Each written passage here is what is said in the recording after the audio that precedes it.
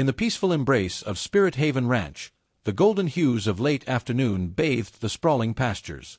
Horses of various colors roamed freely, their movements like a harmonious dance against the picturesque countryside.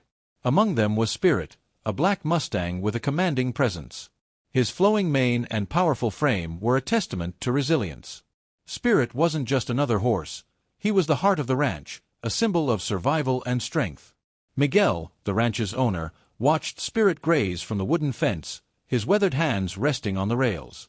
Once a rodeo champion, Miguel had traded the applause of arenas for the tranquility of the ranch, dedicating his life to rescuing Mustangs. Spirit was his first rescue, found emaciated and abandoned in the desert. Their bond, forged through years of patience and care, was unbreakable.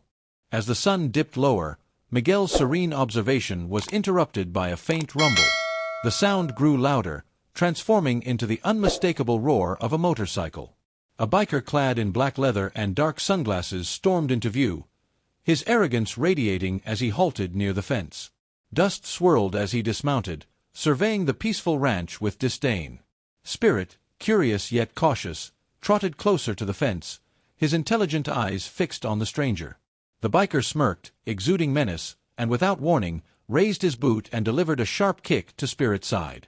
The Mustang stumbled, confusion and pain clouding his proud stance. Miguel, who witnessed the entire act from a distance, felt fury rise within him. The biker's laughter echoed coldly as he returned to his motorcycle, unaware that he had crossed a line that couldn't be ignored. Determined to seek justice, Miguel strode toward the barn with purpose. Inside, he called Marco, a trusted ranch hand who shared his passion for horses.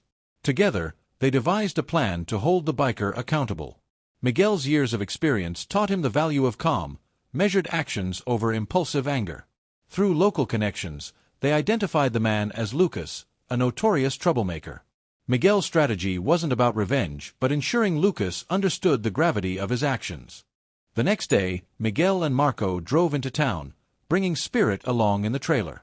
They arrived at a dimly lit biker bar where Lucas was known to hang out. Miguel entered, his presence commanding immediate attention. Lucas leaned back in his chair, smirking arrogantly. "Looks like the rancher wants to chat," he mocked. Miguel, his voice steady and firm, replied, "You hurt my horse." "That wasn't just a mistake, it was cruelty." Lucas shrugged dismissively, "It's just a horse. What's the big deal?" Miguel stepped closer, his voice carrying an edge of steel. "It's not just a horse. It's a life, and you're going to understand what that means." Miguel brought Lucas to the ranch, where Spirit grazed peacefully. He showed Lucas photos of Spirit's transformation, from an emaciated figure abandoned in the desert to the magnificent stallion he had become. Lucas's bravado began to waver as the weight of his actions set in. Miguel offered him a choice: work at the ranch to understand the responsibility of caring for horses or face legal consequences.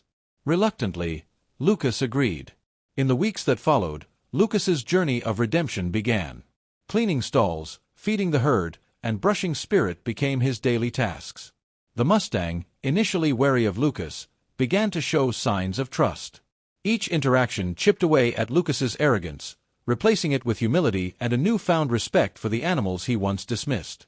One evening, as the sun set over the ranch, Miguel invited Lucas to reflect on his transformation. "They're not just animals," Lucas admitted quietly.